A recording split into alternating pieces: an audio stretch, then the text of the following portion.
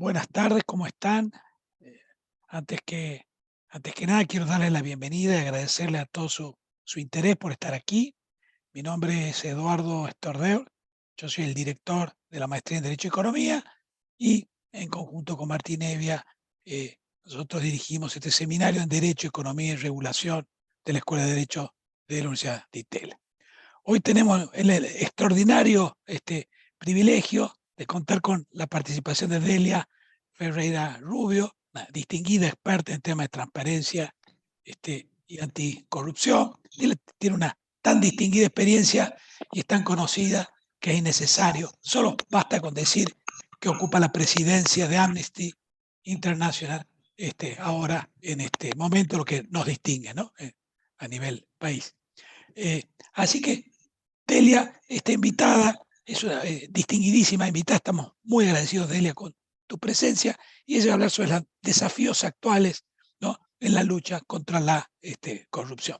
Y el esquema, como ustedes saben, es el siguiente: Delia va a exponer el tema y después ustedes pueden hacer las preguntas eh, y después Delia las contesta, ¿no? Bueno, muchísimas gracias.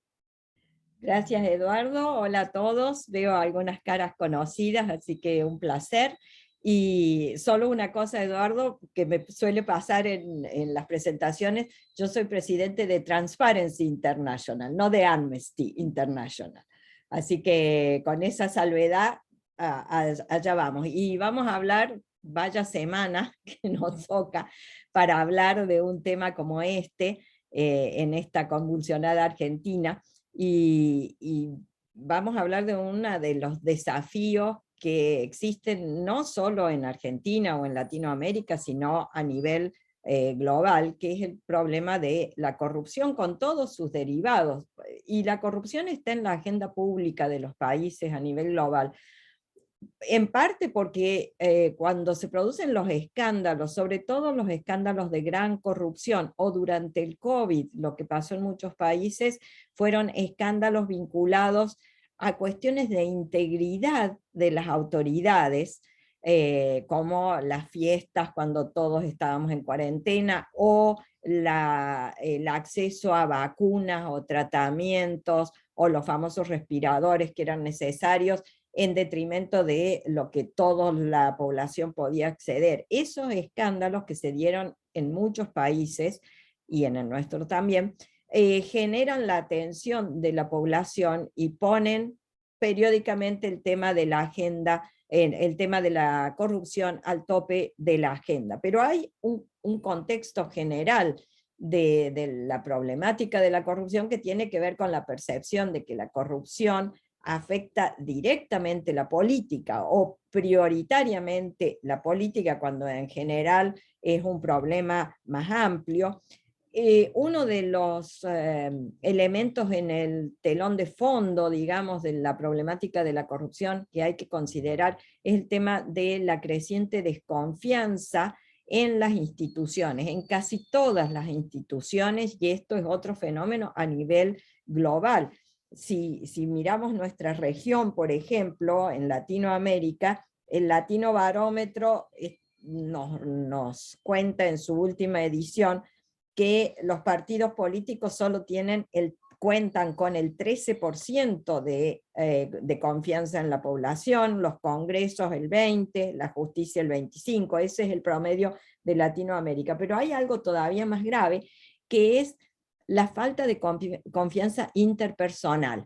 Y esto se va agudizando, y obviamente en el contexto de la posverdad, los hechos alternativos, la polarización de las sociedades, la influencia de las redes sociales, esa pérdida de confianza interpersonal es realmente un factor a tener en cuenta, porque sin esa confianza es muy difícil construir proyectos colectivos o trabajar en una coordinación con otros ciudadanos. También hay una gran insatisfacción con las promesas de la democracia. La democracia aunque va bajando en la percepción de que es el mejor sistema vis a vis los sistemas autoritarios, en eso también hemos perdido en la región y en muchos países del mundo, pero además hay una insatisfacción con las respuestas de la democracia. Y esa insatisfacción es creciente y es muy preocupante porque esto abre el camino a los gobiernos autoritarios. Podría darles muchas cifras, pero por ejemplo, solo el 25% promedio de la población latinoamericana está satisfecha con la democracia, 25%. La insatisfacción en la última medición del Latino Barómetro es del 70%. Es altísimo. La gente está cansada, percibe la corrupción. Este es el marco. Y lo que está en juego, obviamente, es la calidad de la democracia, la calidad de la representación. Los representantes nos representan a nosotros que los votamos, o representan a aquellos que financian su campaña, o a aquellos que les permiten hacer negocios con retornos en usufructo de los bienes públicos con fines personales. Obviamente el Estado de Derecho ha sido una de las víctimas de la corrupción siempre, pero además muy particularmente durante el COVID y después.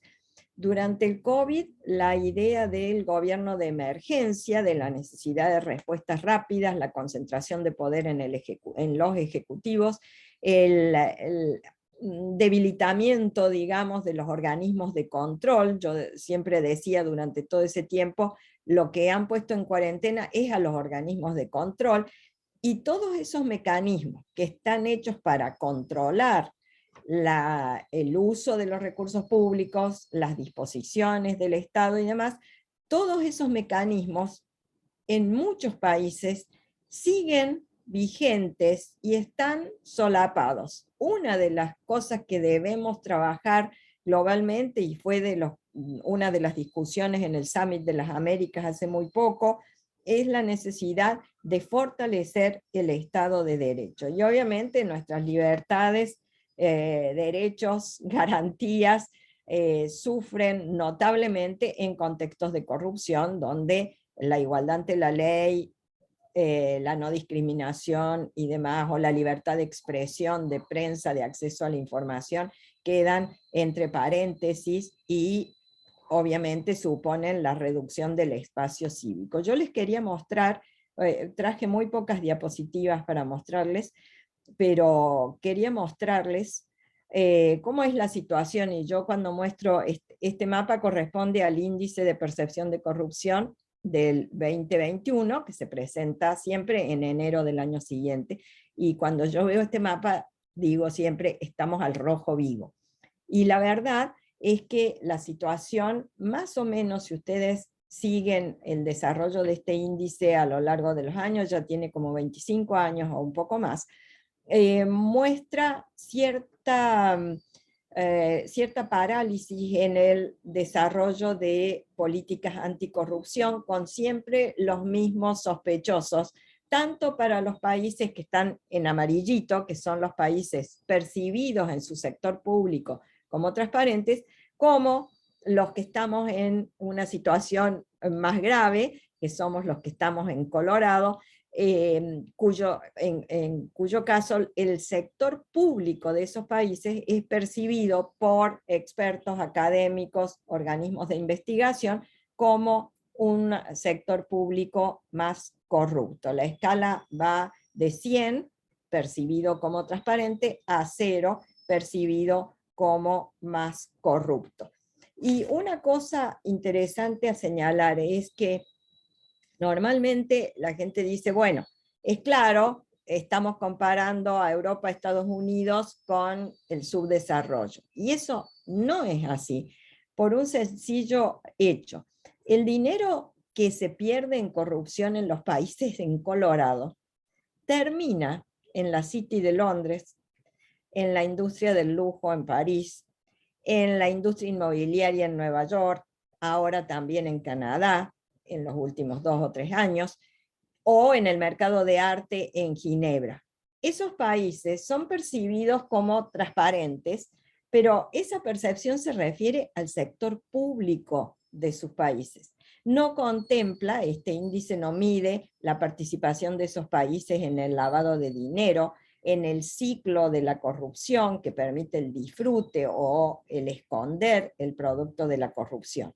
Así que en realidad lo que se trabaja ahora es un problema realmente global, en el que todos los países, aún esos que están ahí en amarillito, son también parte del problema y tienen que ser parte de la solución. Ustedes estarán al tanto de las normas que se han ido aprobando o presentando en el Congreso de los Estados Unidos en materia de Beneficial Ownership Transparency o de la regulación de los gatekeepers. Lo mismo en Canadá, que ya se ha aprobado alguna regulación sobre registro de beneficiarios finales, en el Reino Unido y demás. Entonces hay ya la percepción de que esos países también tienen que poner atención. Y esta es la situación de las Américas, donde, como ustedes verán, dos de nuestros vecinos, Uruguay y Chile, sistemáticamente, desde que esto empezó hace muchos años, ranquean muy bien, ranquean entre los mejores países ubicados. Esto significa claramente que no se trata de que seamos latinos o sudamericanos y que tenemos ese problema que determina que genéticamente somos más corruptos. Se puede ser latino y sudamericano y descender de la conquista española, si ustedes quieren, y tener un sistema de sector público percibido como transparente, aunque haya otros problemas en la región. Argentina ahí está rankeada, este año bajamos a 38 puntos, es decir, que como yo digo siempre, estamos aplazados, no llegamos al 4. Hace algunos años habíamos subido un poquito, no crean que era descollante, pero llegamos a tener 45 puntos en el año 2019. Pero veníamos de 35, 32, siempre hemos estado al borde de la catástrofe, digamos. Esto muestra que el problema requiere un abordaje global, sobre todo porque este es un fenómeno sumamente complejo, cada vez más complejo, les diría. ¿Qué pasó en el 2021 para que los números dieran lo que dieran y el mapa fuera este a nivel global? Lo que vimos fue una clara restricción de las libertades que hacen al espacio cívico. Muchísimos países del mundo aprobaron normas o aplicaron decisiones autoritarias, digamos, o de gobierno de la emergencia, tratando de restringir el espacio de la sociedad civil, tanto referido a las organizaciones de la sociedad civil, por ejemplo, la posibilidad de recibir fondos o la posibilidad de formar este tipo de organizaciones, como esencialmente los ataques al periodismo y en particular al periodismo de investigación, y nuestra región tiene su mayor exponente en eso a México, donde los ataques a los periodistas se mantienen en forma sistemática.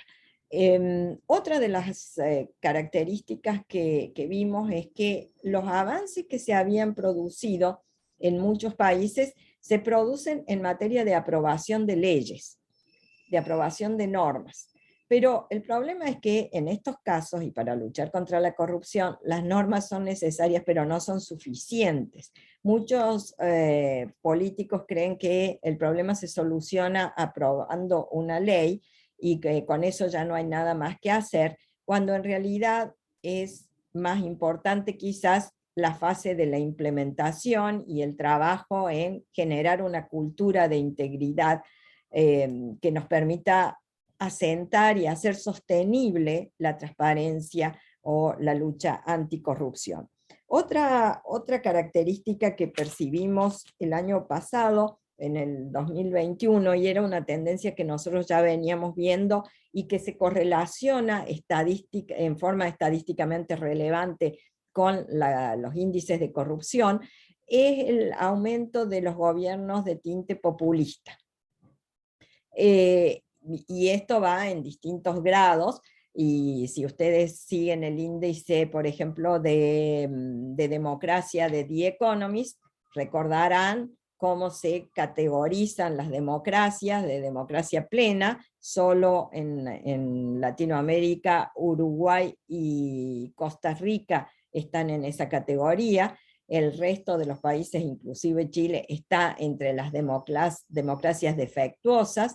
Y luego vienen los regímenes híbridos. Esos regímenes híbridos con un fuerte componente populista y autoritario han ido creciendo en el mundo, y junto con ellos la degradación del Estado de Derecho, la limitación a los controles, controles institucionales y los controles que ejerce la prensa, los medios, la sociedad civil, el tratar de cooptar o colonizar o directamente capturar a los poderes judiciales de los países, a los tribunales, es decir, un ataque a la independencia del poder judicial.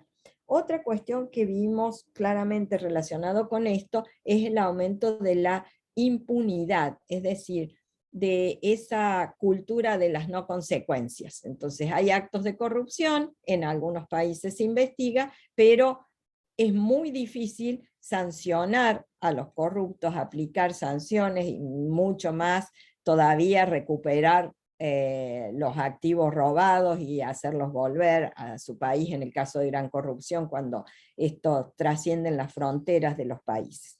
Ese es un problema central, y esa impunidad también es algo que va creciendo. Nuestra región, de todas las regiones en las que nosotros trabajamos en 180 países, así que como se imaginarán, cubrimos el mundo entero. La región latinoamericana es una de las regiones donde esos índices de impunidad en los casos de corrupción, siempre estoy hablando solo de corrupción, es más alta. Asimismo, si ustedes analizan los estudios sobre calidad de la democracia, verán que paralelamente a que aumenta la impunidad o la corrupción se mantiene estable, lo que se verifica es que en Latinoamérica, por ejemplo, es la región que más, en la que más se deterioró la calidad de la democracia entre 2019-2021. Y es en total el continente americano un continente donde por sexto año consecutivo la democracia viene cayendo en su calidad. Otro tema muy reiterado en materia de corrupción es el tema del financiamiento de la política, de la relación dinero y política, que si hay una relación conflictiva en materia de corrupción es precisamente esa relación en todos los sentidos, no solo en el financiamiento de las campañas, sino en todo lo que es el lobby, la compra de decisiones y demás, y eso se vio crecientemente complicado en muchos países. No todos los países tienen una regulación adecuada. En África, por ejemplo, ahora se está empezando a trabajar en regular el financiamiento de las campañas. En nuestra región hay mucha regulación, se ha avanzado, pero otra vez estamos en que las reglas existen, pero después no se cumplen. Y finalmente también vimos aparecer con creciente influencia la presencia de actores nuevos como el crimen organizado. El crimen organizado, participando en este contexto, introduce un factor muy poderoso que tergiversa las normas que se han previsto o los mecanismos de control previstos para parar la corrupción. Entonces, además, plantea un desafío distinto, porque obviamente se imaginarán ustedes que el efecto que le puede producir una ley que regula algo al CEO de una empresa legal no es el mismo efecto que le produce al lord de la banda de narcotraficantes o Entonces, hay que trabajar la cuestión y la investigación de esos casos de manera distinta. Los desafíos que nosotros encontramos en materia de corrupción son la sofisticación creciente del fenómeno de corrupción. La coima, que era el pago de coimas como forma típica de corrupción, si ustedes quieren, es un resabio. La corrupción se ha vuelto muchísimo más sofisticada, se ha vuelto transnacional, eso es lo que nosotros llamamos gran corrupción. Están envueltos en esos casos la máxima dirigencia política que toma decisiones sobre los recursos públicos y grandes empresas. Se utilizan mecanismos corporativos que están exprofeso organizados para ocultar quién es quién en ese esquema. Durante años nosotros al luchar contra la corrupción decíamos que había que seguir el dinero. Bueno, hay muchos de estos esquemas que en realidad lo que hacen es hacernos cada vez más difícil seguir la ruta del dinero, porque ponen barreras a lo que podemos acceder.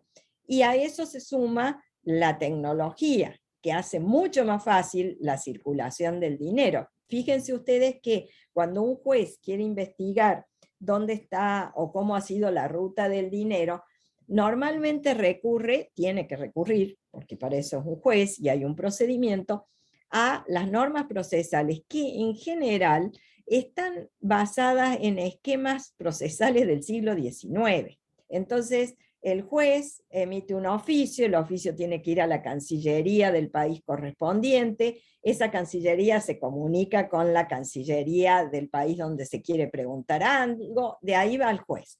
¿Qué sucede? Cuando llega el juez que tiene que contestar, el juez lee el oficio y dice, acá me faltan elementos, o esto no está de acuerdo con nuestra ley. Y vuelta otra vez. Por eso es que es tan difícil conseguir judicialmente y con valor de evidencia este tipo de información. Si ustedes recuerdan el caso Odebrecht, que fue uno de los grandes escándalos de corrupción en Latinoamérica, afectó a 11 países de la región. Uno de los dueños de Odebrecht declaró en juicio en Perú que había financiado la campaña de 3.000 políticos en la región. Imagínense de qué estamos hablando. Y además, con el mismo esquema, afectó a 2 países en África.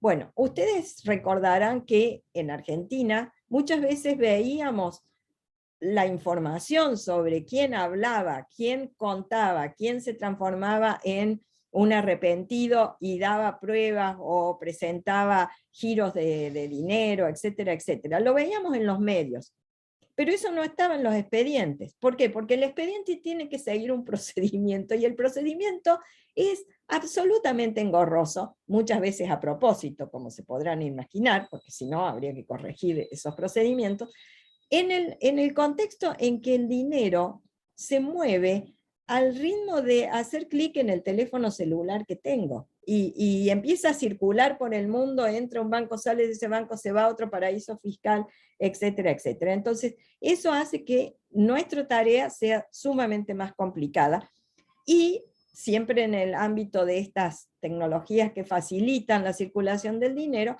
hay otra tecnología que nos pone problemas, digamos, en materia de investigación de corrupción, que es el uso de criptomonedas.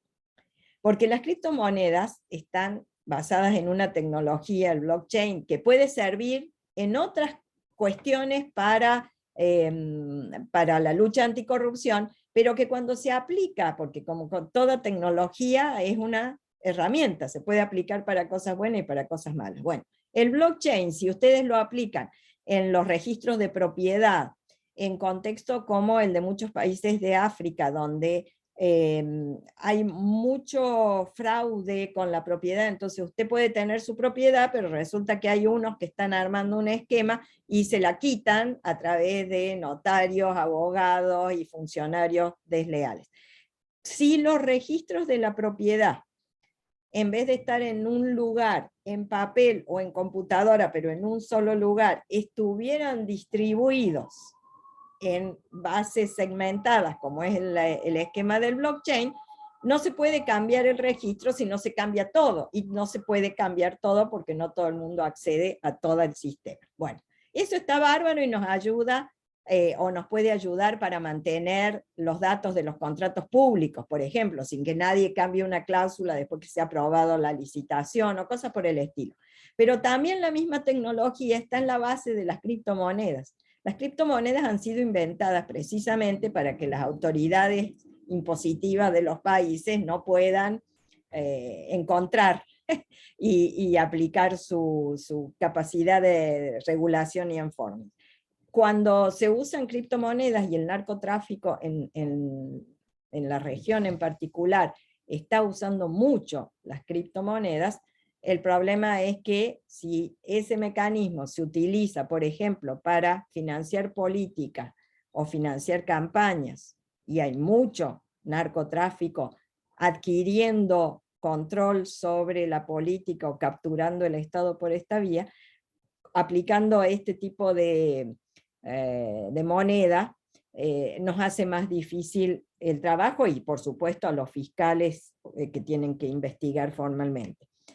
Otro de los desafíos tiene que ver con que es un fenómeno ahora transnacional, es decir, muchos de los casos típicos de corrupción eran el caso de pequeña corrupción, el funcionario que pedía una coima para no ponerle la multa al ciudadano, darle la cama en el hospital a otro. Lo volvimos a ver durante el COVID, a esos fenómenos en cuanto a acceso a la salud, las vacunas y demás. En muchísimos países del mundo esa pequeña corrupción relativa al COVID volvió a aparecer, pero el fenómeno más escandaloso, el Panama Papers y todo lo que ustedes habrán visto, o el Laundromat, porque cada región tiene su escándalo propio, digamos. Todos esos esquemas de corrupción son esquemas de crimen organizado, en realidad, que trascienden las fronteras del país. Entonces, empiezan en un país, el dinero va a otro, la compañía está en un tercero, ese lava la cara del dinero y lo manda a otro lado, y termina entrando en el ciclo. Otra de las características que tenemos es la aparición de los capitales corrosivos. ¿A qué llamamos capitales corrosivos? A la utilización de la corrupción como una herramienta geopolítica. China es conocida por esto. Nuestra región todavía tiene tiempo de reaccionar, diría yo, pero los intereses chinos, el financiamiento chino de obras, etcétera, etcétera, es una alerta en materia de corrupción. Eso ya está súper probado en África, por ejemplo, donde la incorporación de este tipo de capitales en realidad cambia el escenario de la corrupción, porque suma un poder muy importante, muchas veces más importante que el país donde esos capitales se están aplicando, y entonces desequilibra todo el cuadro de operación, incluso de otras empresas.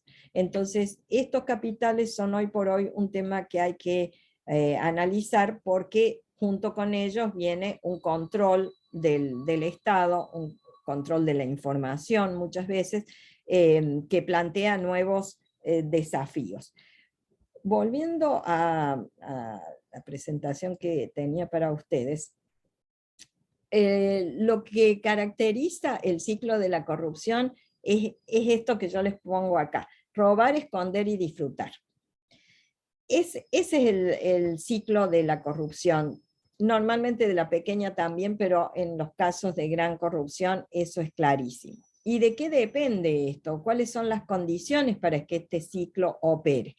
De la existencia de la opacidad, el secreto, la imposibilidad de acceder a la información de manera fácil, el déficit de integridad en el sector público y en el sector privado también.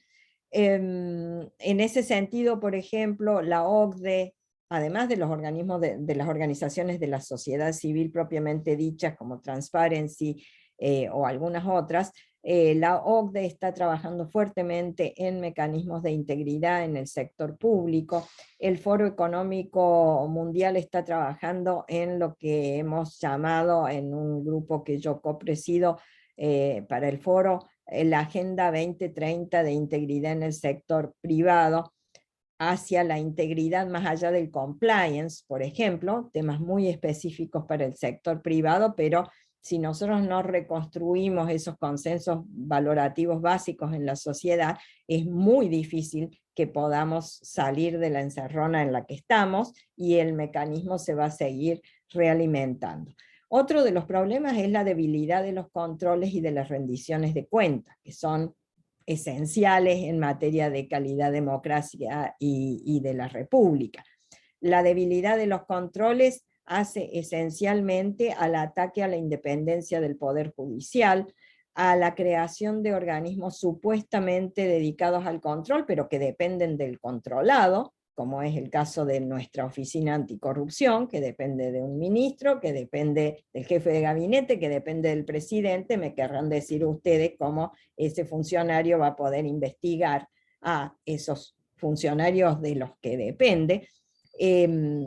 Este ataque a los organismos de control es un elemento central que favorece ese ciclo de robar, esconder y disfrutar.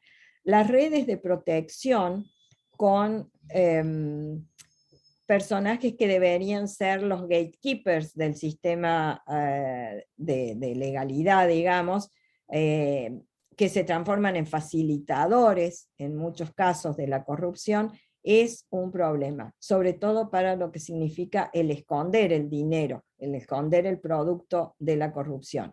En ese sentido se está trabajando mucho actualmente en materia de regulación de las profesiones gatekeepers. Tradicionalmente los más regulados son los bancos, por supuesto, en materia de lavado de dinero, pero ahora la tendencia es a incorporar ahí muy seriamente a la profesión de los abogados, los contadores, los notarios, y en un trabajo que estamos haciendo con el foro de Davos, hemos también incorporado a las grandes inmobiliarias globales, digamos, y a el mercado de arte internacional, en un intento de que ellos también apliquen medidas de conozca a su cliente, pregunte el origen del dinero y demás, para no actuar como una red de protección para los corruptos. La impunidad, como les mencionaba, es otro de los problemas graves que enfrentamos, porque como ustedes se imaginarán, si no hay controles, si no hay rendición de cuentas, si los jueces no tienen independencia, los procuradores tampoco la tienen, es muy difícil que alguien resulte sancionado. Acá también hay cuestiones que tienen que ver con procedimientos, con los esquemas judiciales de los distintos países. Hay países donde la reacción existe, y es rápida desde el punto de vista institucional, y también existe, y me refiero ahora al último punto, la indiferencia, existe una reacción social. Yo creo que uno de los problemas que se enfrentan en estos países donde el ciclo funciona y se puede disfrutar del producido de la corrupción, no solo tiene que ver con los aspectos institucionales que hemos visto, sino también con la indiferencia de la ciudadanía, porque ha normalizado la corrupción, porque, como dijo nuestra vicepresidenta ayer, todos roban, así se hace en Argentina, y todo es igual. Eso lleva a las poblaciones a bajar los brazos, a seguir desconfiando mucho de las instituciones, y por supuesto se genera un cuadro de tolerancia a la corrupción que tampoco contribuye en nada, porque al haber indiferencia sumada a todo lo otro que les he contado, eso significa que los incentivos para seguir metiéndose en esquemas corruptos es enorme. La gente interesada en robarle al Estado o robar a los privados está a sus anchas, digamos, en esa cultura de las no consecuencias. yo siempre cuento, porque también hay que contar la parte buena, es decir, puede haber sociedades, o de hecho hay sociedades que no toleran la corrupción, de sus políticos. Ustedes habrán visto Borgen probablemente, la serie en Netflix. Borgen empieza con un episodio que refleja algo que sucedió en realidad, que se conoce como el Toblerone Gate. El Toblerone Gate fue un caso en que una vicejefa de gabinete en un país nórdico, una mujer, esto sucedió en los años 90, joven, 30 y pico de años, una carrera brillante por delante, sale del ministerio un día en el auto oficial, para en una estación de servicio, carga nafta, compra en el supermercadito, el negocio de la estación de servicio, un paquete de pañales y una Toblerone. Paga todo con la tarjeta del ministerio. A la mañana siguiente, cuando llega al ministerio, va a devolverle a la contaduría el valor del Toblerone y los pañales. Eso fue a la mañana temprano. Al mediodía, esa señora había tenido que renunciar a su cargo, porque era intolerable que una persona usara la tarjeta oficial para gastos personales. La sociedad no tolera esas cosas, tuvo que renunciar y demoró 20 años en volver a la actividad política. No se podía presentar porque era un bochorno haber hecho eso. Pongan eso en contexto en Argentina y díganme si ustedes piensan que acá pasaría algo similar.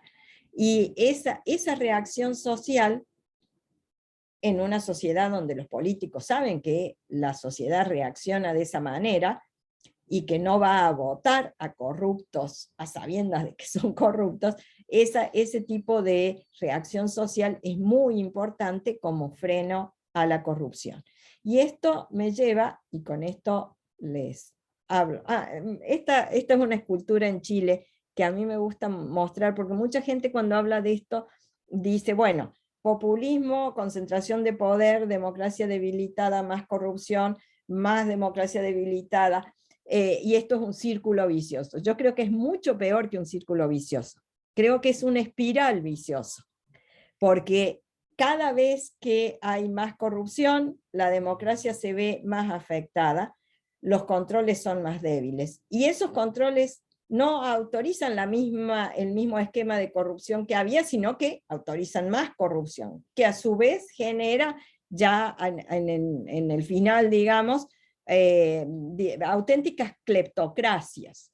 Y me parece que eso es lo que tenemos que tener en cuenta cuando hablamos de corrupción y tratamos de enfrentar el fenómeno. Y finalmente, mi receta anticorrupción, que es la receta de las 4 I. Necesitamos más información, más integridad, menos impunidad y menos indiferencia. Y ahora lo dejo abierto a los comentarios de ustedes, que seguro que tienen sus propias ideas sobre qué hacer en materia de corrupción o de integridad.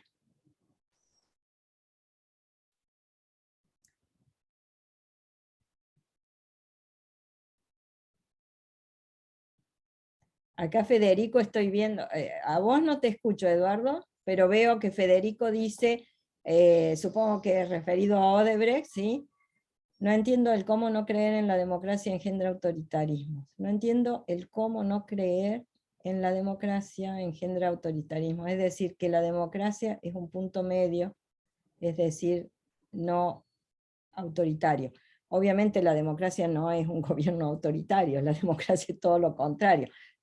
Si te referís, Federico, a lo que yo contaba del índice de The Economist, estos índices se construyen sobre una gran cantidad de indicadores que tienen que ver con libertades individuales, con la libertad de prensa, con el respeto a la división de poderes, con la independencia del Poder Judicial, con el acceso a la justicia y demás. Entonces las van clasificando a las democracias en distintos niveles. Ese índice usa 4, hay otro muy, muy interesante y omnicomprensivo que es VDEM, variedades de democracia, que también las califica de acuerdo a otros parámetros.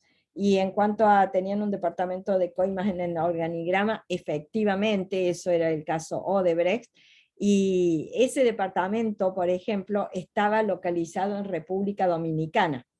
Eso hizo que, ustedes recuerdan que en Brasil hubo marchas contra la corrupción y el caso Odebrecht, hubo en muchos otros países, pero en República Dominicana fue el país de Latinoamérica donde más se mantuvo esa movilización ciudadana con marchas que se llamaron las marchas verdes, que sucedían todos los días sábados o domingos, eran en los fines de semana, y fue el país de la región donde más la sociedad se manifestó, y muchos dicen, bueno, eso tenía que ver con que nosotros la teníamos instalada acá mismo a la oficina que se encargaba de las coimas, el pago de coimas. Delia, recuperé el micrófono, perdón. Te agradezco Vale. mucho la exposición y por favor están todos invitados a participar.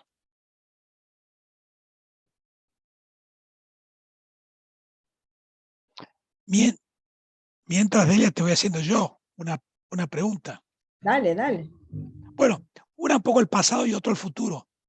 A ver si el pasado nos ilumina un poco el futuro, porque yo no conozco mucho este tema, pero me parece tremendamente complicado, porque esto crece y te debilita para combatirlo. Es como un problema muy serio, es como, ¿no? Es decir, crece eh, crece la corrupción y los mismos organismos que pueden fiscalizar declina su efectividad, con lo cual es un problema muy serio. Y además con todos los problemas que vos planteaste con las novedades, ahora, ¿no? La mayor sofisticación. Me parece que hay como un problema de velocidad. Mientras la corrupción va muy rápido, cierta inercia institucional y ciertas cuestiones también constitucionales, ¿no? Estructurales, hacen que sea muy difícil adaptar las herramientas para el futuro. Pero dejemos el futuro, contar un poco el pasado. En los últimos 30 años me parece que tengo la idea que avanzamos, ¿no? Leyes de acceso a la información, leyes de organismos de control, leyes de cómo tienen que comportarse. Contanos un poco esto. ¿Y cómo crees que, ya dijiste un poco, que hay leyes pero no se ejecutan bien? ¿En qué, cómo dirías que fue el desempeño? ¿Fue horroroso? ¿Fue malo? ¿Fue discreto, regular? ¿Bueno? Ya sabemos que no fue muy bueno. Contar un poco los 30 años o 20 años pasados, ¿no? Porque Mira, hubo mejora, por lo menos regulatoria, legislativa. exactamente. Transparencia fue creada hace 30 años, Transparency International. Y mucha gente cuando presentamos el mapa y sigue en rojo y los promedios no suben y demás, dice, bueno, ustedes son unos inútiles totales, porque ¿cómo puede ser que no logren dominar el fenómeno? Lo que se hizo, y se hizo mucho en estos años, desde la sociedad civil, pero impulsando a los gobiernos y a los organismos nacionales y a los multilaterals, es crear la infraestructura institucional y legal necesaria para luchar contra la corrupción. Por supuesto que se pueden hacer retoques porque el fenómeno no es estable, sino que vos tratás de tapar una ventana de oportunidad si te hable otra. Yo siempre digo que esto es como un juego, no es una maratón donde todos corremos en la misma dirección y nadie nos tira piedras. Esto es un juego estratégico de ajedrez, donde en el tablero no estamos solos, están los otros del otro lado que tienen más recursos, más interés en beneficiarse personalmente de la actividad ilícita, y tienen los mejores abogados y demás para defenderse. Entonces, el juego hace que uno avance un poco y haya una reacción. El caso de Brecht en Brasil lo muestra clarísimamente. Lo que se había avanzado se retrocedió. Biden, por ejemplo, dice que en materia de calidad de la democracia, lo que se avanzó en los últimos 30 años se perdió en los últimos 2 en materia de calidad de las instituciones. Entonces, en particular, en materia de integridad, transparencia, anticorrupción, cuando nosotros empezamos el tema no estaba en la agenda. Además, no había ninguna convención internacional ni regional que regulara esto. No había leyes en los países que regularan esto, solo había el Código Penal con alguna figura de cohecho, pero no el fenómeno de la corrupción como tal.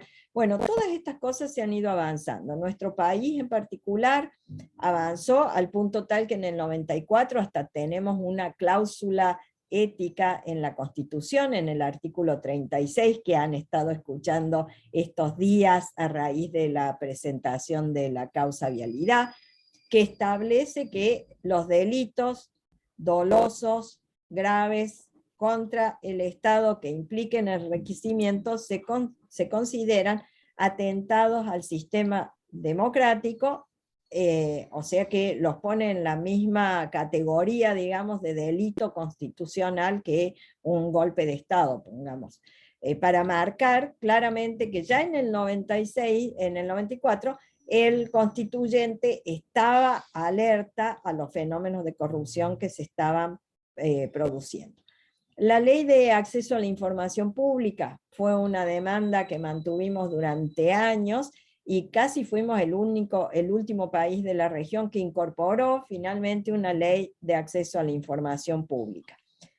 Y esto nos sirve para contestar lo de la implementación. La ley no es la super ley, pero cuando se aprobó respondía a lo que es la ley modelo de la OEA en materia anticorrupción. También tenemos una convención de las Américas anticorrupción, ahora ya la tienen todas las regiones, África, Asia, Europa. Pero esa ley de acceso a la información no garantiza que vos accedas a la información. En muchos casos el Estado contesta, en otros casos el Estado no te contesta la información, o te la da de manera tal que es imposible que descubras la información. Nada mejor que taparte de papeles para encontrar una línea que estás buscando. Y les cuento un caso que yo hice particularmente durante el COVID. Uno de los temas que nos interesó alrededor del mundo eran los contratos COVID. La cantidad de contratos públicos que se celebraron para la compra de medicamentos, hospitales, material para protección de los efectores de salud, después las vacunas y demás. Y acá, por supuesto, en materia de vacunas, la información fue escasísima.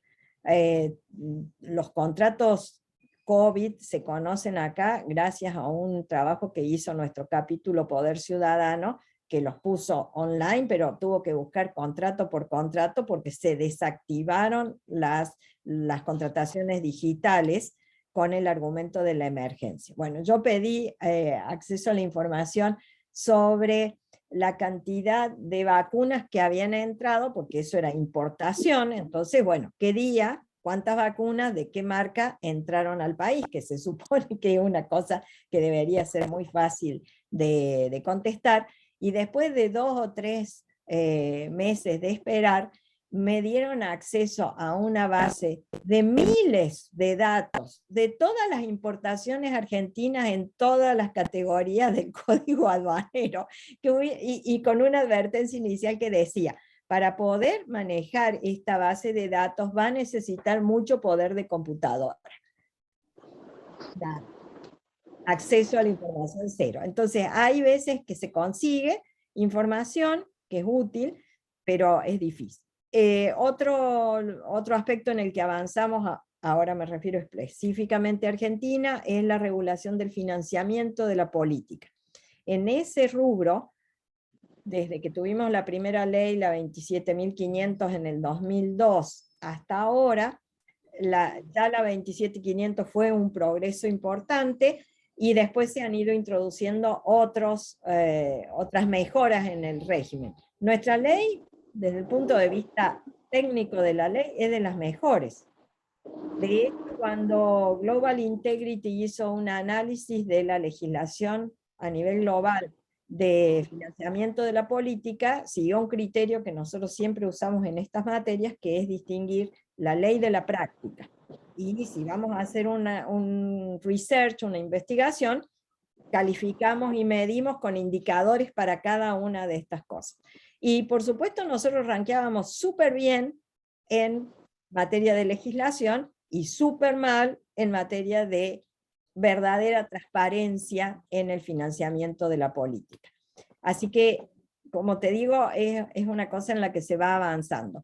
En este momento, la mayor preocupación, sobre todo después de la guerra en Ucrania o después de la invasión, fue todo lo que tenía que ver con la cleptocracia y los oligarcas que se vinculan a Putin, y entonces ustedes vieron todo el tema de las sanciones y demás, y cómo en muchos países de esos que estaban amarillitos teníamos los yates y las propiedades y demás, algunos países decomisaron, otros no, algunos ya están rematando esos bienes, y con ese movimiento se dio empuje a las resoluciones del Gafi sobre los registros de beneficiarios finales. Esos registros van a permitir, si son centralizados, públicos, accesibles y la información está verificada, saber quién es el dueño de una corporación, quién es el tenedor de un bien y demás. Y en eso se avanzó con la recomendación del Gafi y con normas que se están discutiendo en Estados Unidos, por ejemplo, y en Canadá. Realmente hacía mucho que veníamos insistiendo para que esos países aprobaran normas y ahora han tenido un empuje a raíz de eso. O sea que se avanza, pero hay que mantener el ojo vigilante en cómo se aplican las normas. Bueno, una cosita. Ahora sí, yo hace un rato no puedo hablar porque estaba justo por sistema destrabado para participar. Ahora ya. Así que si alguien quiere preguntar a viva voz, no hay ningún problema. Simplemente Creo que levante la mano. Romina, claro, Sí, Romina había decís más. levantado la mano, me parece. ¿Sí? O directamente pregunte libremente. Bueno, muchas gracias, un placer escucharte, Delia. Gracias, Eduardo, por la palabra. Hay algunas preguntas en el chat, no quiero Ah, sí, invadir el tiempo, perdón. la prioridad de otro. Yo me Sí, animé a abrir el micrófono, pero si quieren contestar primero esas. perdón, es cierto, es cierto, es cierto. Hay un par de preguntas Bueno, antes, ¿no? Acá, por ejemplo, vos Federico decís. Weiss. Federico, ¿no querés preguntar? Pues tenés 2 o 3 comentarios, preguntas. ¿No querés vos, Federico, preguntar verbalmente? Digo, para... Y de ahí Sí, Eduardo. después Romina y Damián quería participar, pero estamos en la etapa sin micrófono todavía. Sí, gracias por la disertación de Elia y me expresé mal en el primer comentario, puse mal las comas, no se entendió Bueno, bien. Cuestión, ¿cómo veía la candidatura de Lula en Brasil? Está bien que tienen su sistema de derecho diferente al nuestro, pero está la foto que todos vimos, donde está él en un departamento que era un pago de una coima para él, que iba a ser su departamento si no lo descubría el fiscal Moro. Bueno, después pasó todo la excarcelación y demás, pero ahora lo tenemos de vuelta con un pie ya casi adentro de la presidencia, como todo indica. sí. ¿Qué Mira, opina usted? lo que pasó en Brasil fue un momento que muchos dijeron, bueno, este es un punto de inflexión para la región y vamos a terminar con la corrupción sistémica, porque acá hay un equipo de fiscales, para que ustedes se den una idea. Moro había estudiado el caso Manipulite, que fue el gran caso de corrupción previo a Berlusconi. También, ¿no? Entonces limpiamos el sistema, pero después caemos otra vez en la misma cosa. Él había estudiado y hecho su tesis sobre ese tema, y eso en parte fue el leitmotiv, digamos, o el modelo en el que organizó esta causa, digamos, y todas las causas conexas. Como te decía, mucha gente dijo, bueno, este es un punto de inflexión. Yo en materia de lucha anticorrupción no creo en los puntos de inflexión, creo en el ajedrez y en el ir y venir y el estar atentos y tratar de no retroceder. Brasil retrocedió en eso, Muchos dicen, pero obviamente habría que ser un experto en todo el proceso penal, pero si yo reflejo lo que dicen nuestro capítulo en Brasil, lo que se hizo fue desarmar completamente la investigación judicial. Creo personalmente que Moro cometió el error de pasar a la política en el gobierno de Bolsonaro, lo cual tiñó, ya antes había algunas críticas jurídicas a cómo se había manejado el caso, pero cuando la cabeza visible del caso y el acusador pasa a la política, en el gobierno de el opositor a aquel a quien ha encarcelado, toda esa legitimidad empieza a hacer ruido y se pusieron en marcha todos los mecanismos habidos y por haber para lograr anular las sentencias y liberar a Lula. Liberado que fue, está en condiciones de competir. Yo no sé realmente cuál será el resultado. Las encuestas recién la semana pasada empezaron a dar una leve ventaja para Bolsonaro, que también tiene un montón de casos de corrupción, no de la magnitud o publicidad de Odebrecht, pero su hijo, su mujer están involucrados en casos de corrupción también que están siendo investigados. Así que la verdad lo que creo es que nosotros tenemos que tener un poder judicial absolutamente sólido e independiente, que no cometa ningún error y que garantice que por lo menos la justicia ha actuado correctamente. A eso después le suman los ingredientes políticos, y ahí entonces ya la cosa se puede desmadrar, y aunque vos hayas tenido un juicio ajustado a derecho y una sanción como corresponde, y hayas recibido, admitido todos los recursos, ido y venido a la corte, como ha pasado con este caso de Vialidad, a lo mejor políticamente nos enfrentamos a que se quiere desandar lo hecho. Yo creo que sería grave, pero para hablar sobre esto que estamos viviendo ahora, en realidad lo que tenemos que hacer es esperar con prudencia, porque toda esta reacción es nada más que a la acusación. Ahora vienen las defensas y luego vendrá la última palabra de los imputados, como dice la ley argentina, dice después de los alegatos se les dará la palabra, y eso es lo que dijo el tribunal, y después el tribunal decidirá, y después irá a casación, y después van a ir a la corte. O sea que esto va a demorar muchísimo, pero se genera un clima, y no todo el mundo tiene por qué ser un especialista en derecho penal y saber que no hay ninguna proscripción, porque el fiscal no podría pedir ninguna proscripción, que es una arbitraria e ilegal intromisión en los derechos electorales de una persona, activos o pasivos, porque lo que hay es la aplicación de la pena que dice el Código Penal. El Código Penal dice prisión de tantos años a tantos años y inhabilitación perpetua para el ejercicio de cargos públicos. Y también la Constitución dice lo mismo, incluye la inhabilitación para el ejercicio de cargos públicos. Es la pena que corresponde, el fiscal la pide. ¿La aplicarán los jueces?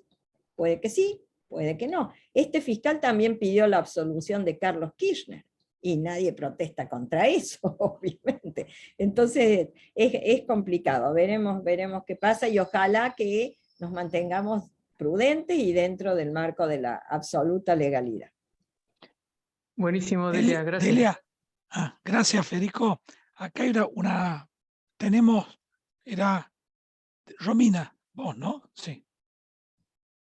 Bueno, permiso, tomo la palabra, muchas gracias. Romina, Damián, Lucía, y ya con esto una más y terminamos. Muchas gracias, Eduardo. Tengo dos preguntas, que si por razón de la brevedad preferís decirme, mira, este tema se habla en tal libro o en tal publicación de Transparency, me remitís sin ningún problema y yo hacia allá voy. ¿Sí? Bueno. Hay dos preguntas más o menos conectadas. Una es, hubo muchos avances, ¿sí? Yo en los últimos tiempos me estuve dedicando más a lo que es derechos humanos, porque quiero trabajar en algún momento en la relación entre corrupción y derechos humanos, y como dice Holmes, los derechos tienen un costo, y considero que la recuperación de activos o la disminución de la corrupción puede generar un impacto en lo que tiene que ver con la garantía de derechos humanos y el acceso a la información como la puerta de entrada a otros derechos humanos. Tengo dos preguntas. ¿Hubo avances?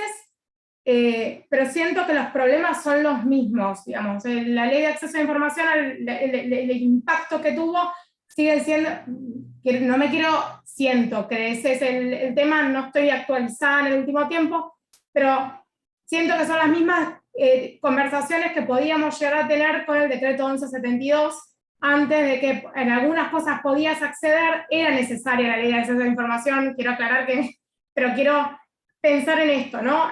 Quizás los impactos se ven con más tiempo, ¿no? De los cambios legislativos, y en la puesta a práctica los cambios toman un tiempo. La primera pregunta va relacionada con la lucha que tuvimos para poder incorporar dentro del artículo 1 del Código Penal a las personas jurídicas, se ganó después de mucho tiempo en el 2017, ¿sí?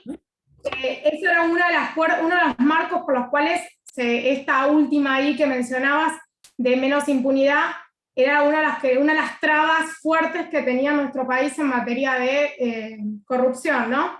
Y pensaba, ¿cómo impactó 5 años después de la entrada en vigencia de la modificación del código en las causas argentinas, o el impacto que ustedes ven desde Transparency International, no solo en el ranking, sino cómo generó ese impacto, o si hubo algún impacto?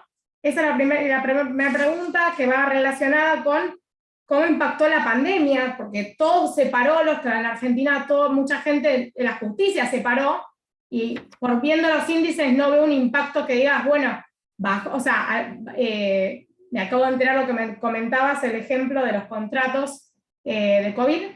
Y la segunda pregunta es más romántica. Mi marido dice que yo soy siempre buscando la esperanza y siempre luchando y no quedándose con lo negativo, ¿no? Y construir desde ahí. Y 2 ejemplos mínimos, si podrías dar, de las experiencias de buenas prácticas en otros estados, que puedas decir para que Argentina pueda salir de la parálisis que mencionabas en políticas anticorrupción, y cómo hacer para implementar algo de esta cultura de integridad que mencionabas en una corrupción tan arraigada en nuestro país, digamos, en esta lucha de buscar algo mejor. Muchas gracias y no robo más tiempo. Buenísimo. En cuanto a la conexión de derechos humanos y corrupción, yo siempre, mira, 2/3 de la población mundial viven en países con altos grados de corrupción. Si esto no es un problema de derechos humanos, no sé qué es un problema de derechos humanos. Lo que pasa es que en nuestro contexto el concepto de derechos humanos está ideologizado, entonces no se refiere al derecho al trabajo, la vivienda digna, etcétera, etcétera, sino a la expresión, la educación, la salud, el porvenir, bueno, vos ya sabes todo lo que entra en una concepción integral de los derechos humanos. Una concepción así está íntimamente relacionada con la lucha contra la corrupción, porque el dinero que se pierde en corrupción es el que falta en hospitales, caminos, inversiones, etcétera, etcétera. Entonces, durante muchos años, los 2 trabajos, el de anticorrupción y el de protección de los derechos humanos, muchos años, te digo, de mis años de mucho trabajo en esto, estuvimos como en vías paralelas, sin trabajar en conjunto. Hace unos, yo te diría, 7 u 8 años, eso ha cambiado. Hay mucha más conciencia de esa relación entre la corrupción como afectación de los derechos humanos y la necesidad de trabajar en conjunto. O sea que si esa es tu perspectiva de trabajo, me parece muy buena. Hay mucha gente que ahora está trabajando en eso, Transparency International, Human Rights Watch, etc. Durante años no había encuentros nuestros para trabajar en conjunto, ahora ya queda claro que esa diferencia está saldada, así que bien. Argentina. te digo, en los últimos desde el 2012 hasta el 2021. Estos fueron el puntaje. Siempre 100 es país percibido como transparente, 0 mal. 2012, 35, 13, 34, 2014, 34, 2015, 32, 2016, 36, 2017, 39, 2018, 40, 2019, 45, 2020, 42, 2021, 38. O sea que no hemos pegado el gran salto, pero alguna cosa se nota, mínima, pero se nota. Algunas, vos me preguntabas por la emergencia. La emergencia a nivel mundial produjo un aumento de la corrupción, pero eso ya lo sabíamos el 20 de marzo del 2020. Tan lo sabíamos que los capítulos de la región fueron los primeros en elaborar un documento sobre los riesgos de corrupción en la pandemia. Y se publicó en abril del 2020. Y después siguieron todas las otras regiones. ¿Por qué lo sabíamos y por qué nos pusimos a trabajar en eso inmediatamente?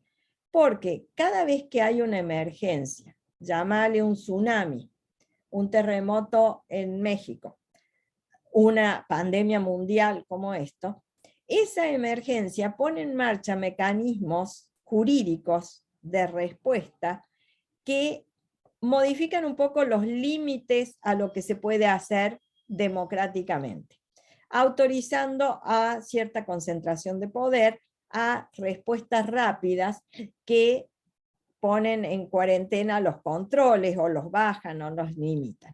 Y en el mundo entero, con poquísimas excepciones, te diría, la tendencia fue clara, los gobiernos usaron la pandemia como una excusa para el abuso de poder.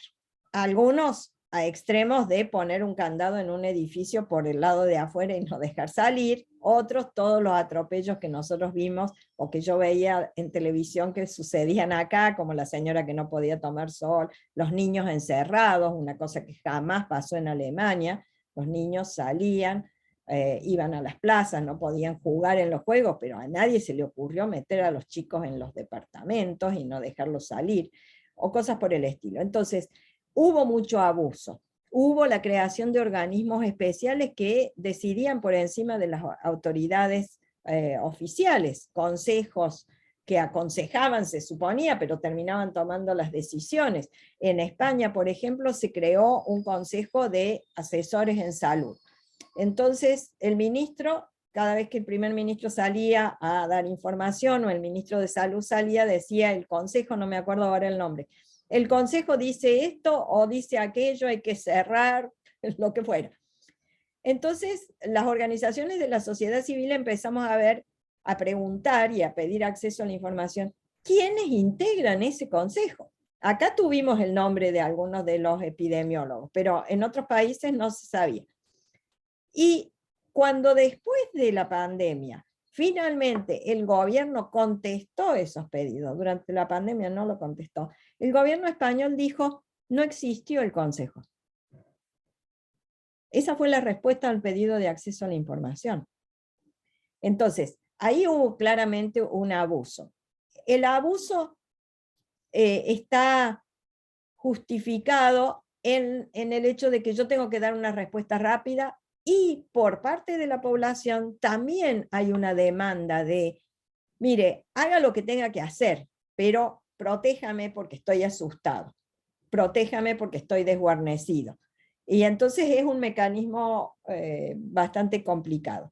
En cuanto a lo que se puede hacer, sí se puede hacer, se puede cambiar. Yo te he contado culturas donde no se tolera la corrupción, y obviamente eso tiene que ver con algo que escribió Federico por ahí sobre educación cívica y construcción de ciudadanía. Yo creo que esa es la tarea central.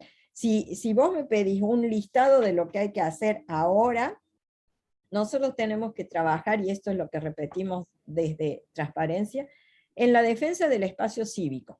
Porque si no podemos criticar, hablar, acceder a información, la verdad nos vamos a encontrar en un problema cada vez más grande, el espiral ese que yo mencionaba. Tenemos que garantizar la independencia del Poder Judicial y de los organismos de control.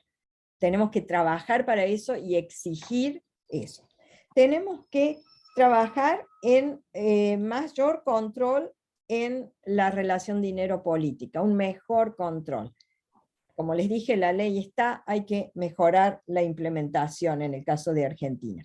Tenemos que trabajar en la reconstrucción de la confianza. Sin la confianza es muy difícil hacer nada, porque eso está basado en la falta de credibilidad, entonces no hay ningún decisor político que no tenga nada de credibilidad que pueda tomar una decisión y que la población va a seguir. Nosotros en Argentina, cuando una ley dice A, decimos, si estos dicen A, es que va a pasar B, entonces me protejo y hago todo lo contrario de lo que se supone que están esperando. Y eso supone construir ciudadanía. Y construir ciudadanía es una tarea que empieza en la casa de los niños, en el jardín de infantes, la escuela primaria y demás. Requiere, más que educación formal, requiere ejemplo, requiere liderazgo, requiere coherencia, requiere reconstrucción de los principios más básicos de lo que vamos a acordar en esta sociedad que está bien y lo que está mal. Lo que se puede hacer y lo que no se debe hacer, más allá de lo que diga concretamente una ley. Entre nosotros como sociedad acordemos que no se debe robar. El que está a cargo de los recursos públicos no se puede beneficiar él de esos recursos públicos. Imagínate si acordáramos eso. Habríamos dado un paso adelante. Eso es construcción de ciudadanía. Y después hay que trabajar en cosas más concretas, la atención a la anticorrupción a nivel local, particularmente en los estados federales. Este es un problema. Uno puede tener avances a nivel nacional o federal, pero no a nivel de cada una de las unidades regionales. Hay que trabajar en anticorrupción especializada por sectores. No es lo mismo hacer anticorrupción en el sector salud que hacerlo en el sector defensa o en el sector infraestructura. Hay medidas que son correspondientes a cada uno de esos sectores. Hay que tener una mejor coordinación a nivel global cuando el fenómeno es global, y en eso se está, digamos, las organizaciones como Transparency International trabajan en esa coordinación de todos los países en esos casos. O sea, yo soy una optimista también, si no, no llevaría 30 años haciendo esto, y creo que se puede hacer más de lo que se ha hecho, pero en este momento me parece que nuestra discusión es ir a lo más básico de lo básico. El espacio cívico, el Estado de Derecho, la independencia de los poderes. Muchas gracias. Damián. Muchísimas gracias, Delia, Romina, gracias. Bueno, yo ya medio deberíamos ir concluyendo. Damián, vos querías participar. ¿Cómo están? Buenas tardes. Gracias, Eduardo, por la invitación, y Delia, bueno, un placer y muy buena disertación. Mi pregunta era quizás más relacionada con el estándar de la prueba, en el sentido de quizás qué experiencia tenías vos, no solo pensando en Argentina, sobre cómo venía la tendencia para reducir el estándar de la prueba en casos de corrupción, así como se ha venido trabajando en los casos de violencia doméstica o de violación, donde, digamos, las dificultades probatorias del tipo son tan altas que terminan siendo contrarias al bien jurídico que pretenden proteger, ¿no? Entonces, quizás cuál es la tendencia a nivel mundial en ese sentido, o bueno, algo que nos puedas comentar al respecto, porque creo que ahí es una clave para que haya mayores sentencias, sabiendo que quizás tenemos muy presente el tema de más allá de toda duda razonable, por una cuestión de distribución de error y el miedo al falso imputado, digamos, al falso condenado, claro. Mira, yo no conozco ningún estado que haya trabajado en regular una rebaja de la exigencia en la evidencia en los casos de los juicios. Lo que sí han incorporado todos los estados que avanzan en esto, es la utilización de tecnología para el análisis de los casos, para el cruce de información. En los casos de lavado de dinero, por ejemplo, hay softwares que te permiten ver la telaraña, digamos, de conexiones, o mecanismos de inteligencia artificial que te permiten detectar patrones de riesgo o patrones de posible comisión de algún delito, y eso facilita la investigación. En materia de lavado de dinero también se utiliza esto en las UIF de muchos países, y en la justicia algunos países tienen estas herramientas y otros obviamente no las tienen. Yo creo que hay mucho que revisar, en el caso de Argentina hay mucho que revisar de los códigos de procedimiento. Los recursos y el derecho de defensa son centrales para nuestro sistema, por lo que vos decías, no es cuestión de que andemos buscando chivos expiatorios y poniendo sanciones que no corresponden. Lo que necesitamos es eficiencia en el procedimiento. Y si en un procedimiento, cada vez que uno de los imputados tiene algo que decir, y obviamente muchas veces hay trabajo en conjunto de los abogados defensores, entonces primero voy yo a casación, cuando volví, porque ya casación decidió, ahora voy, el defensor B hace lo mismo, o lo hace por otro tema, y entonces estamos abusando, es en realidad una figura de abuso del derecho. En derecho civil diríamos que hay un abuso del derecho, cuando el derecho se utiliza más allá de lo razonable. Me parece que el tema recursivo es uno de los temas. Otro es facilitar los recursos para la investigación. No podemos, digamos, para que un organismo de control, o la justicia, o un ministerio público funcionen, tienen a mi juicio que reunir 3 condiciones fundamentales. Una, la independencia de la que ya hablábamos. Segundo, la capacidad para hacer el trabajo, y eso implica recursos humanos, recursos presupuestarios y recursos tecnológicos. Y tiene que tener el poder para hacer su trabajo, y eso significa capacidades o facultades legales para pedir información que no se le... y en eso se trabajó mucho para que los jueces investigando corrupción puedan acceder a liberar el secreto fiscal o bancario y demás. En muchos países eso llevó una lucha larguísima, porque los jueces querían algo y la autoridad decía secreto bancario, secreto fiscal o confidencialidad de las investigaciones de lavado de dinero. Entonces, si te ponen esas barreras porque no tenés la facultad legal, es muy difícil. Para que esto funcione bien, necesitamos que las reglas sean razonables en cuanto a tiempo, recursos, habilitaciones y demás, y que los que tienen que hacer el trabajo tengan cómo hacerlo. Porque si no, tenemos la ley, pero no tenemos cómo transformarla en realidad, cómo hacerla práctica.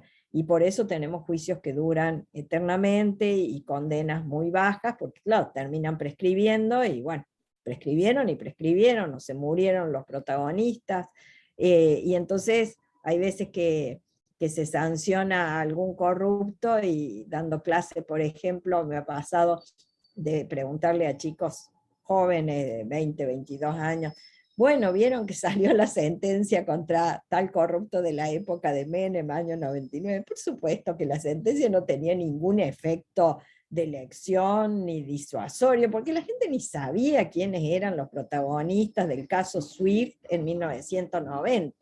Entonces, no podemos esperar 20 años para que salga una sentencia, y en Argentina el promedio es 14 en los casos de corrupción.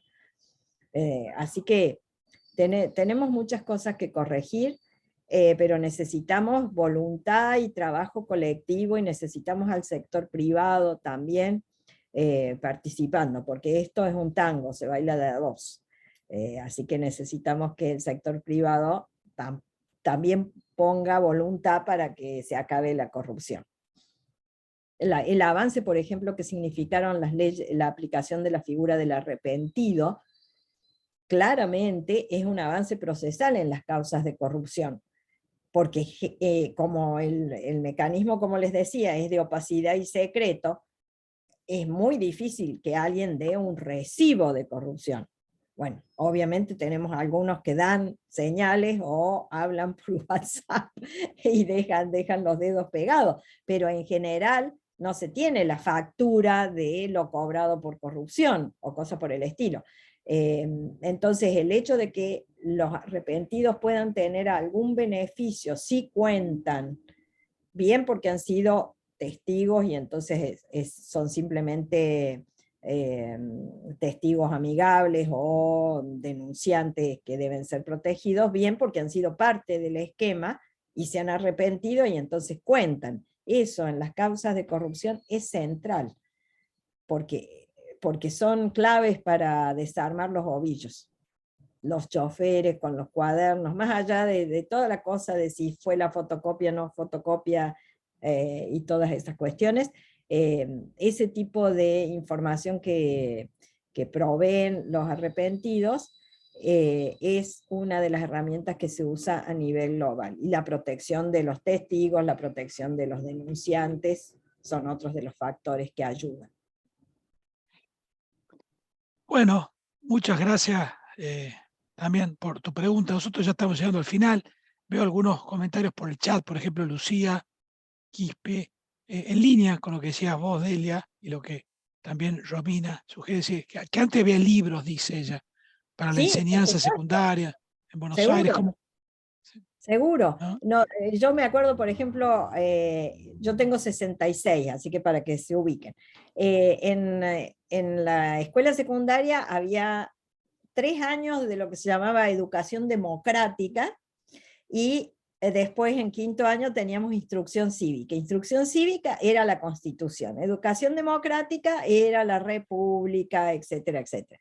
Me acuerdo de los libros de 2º año de educación democrática, donde el programa incluía lo que se llamaban las virtudes republicanas, la austeridad, la responsabilidad de los funcionarios y demás. Eran virtudes, eran valores. No existía una ley de ética pública que dice en su artículo 2, esto es en el mundo entero, si no es el 1, es el 2 o el 3, son deberes de los funcionarios públicos respetar la ley, actuar con honestidad. Caramba.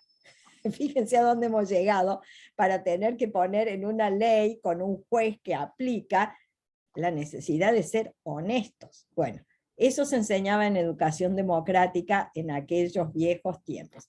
Esta tendencia a la necesidad o a recuperar la importancia de la educación ciudadana, de la formación del ciudadano, es una preocupación general en el mundo hoy. En el Reino Unido se ha discutido mucho y se está avanzando. La OCDE tiene todo un programa de educación anticorrupción para la escuela primaria, que es donde yo creo que tenemos que empezar a trabajar. Nosotros, por ejemplo, tenemos muchos programas que son escuelas de integridad para jóvenes, pero yo creo, y hay alguna institución como por ejemplo Step Up Nigeria, que la pueden seguir, que trabaja en Nigeria con niños de la escuela primaria, en enseñanza de los principios. No les van a enseñar la ley de contrataciones públicas, le van a decir, no hay que robar, esto es de todos, todos tenemos que actuar con honestidad, decir la verdad, etcétera, etcétera. Y trabajan en ese tipo de enseñanza. Así que sí, hay ejemplos, y a nivel global se está trabajando en eso. En Argentina me parece que nos falta un poco. Bueno, muchísimas gracias. Bueno, Delia, muchísimas gracias. La verdad que un lujo. Muchas gracias. Ustedes también. Bueno, a la gente que está también por YouTube, a todos. Muchísimas gracias por su interés, por haber participado de este seminario. Romina, ¿quieres decir algo final? Me parece. No, esa es una manito de aplauso, así que... Perdón. Che, entre que no pude prender yo mi micrófono porque no sé quién había apretado un botón. Y ahora que no distingo, la verdad que yo...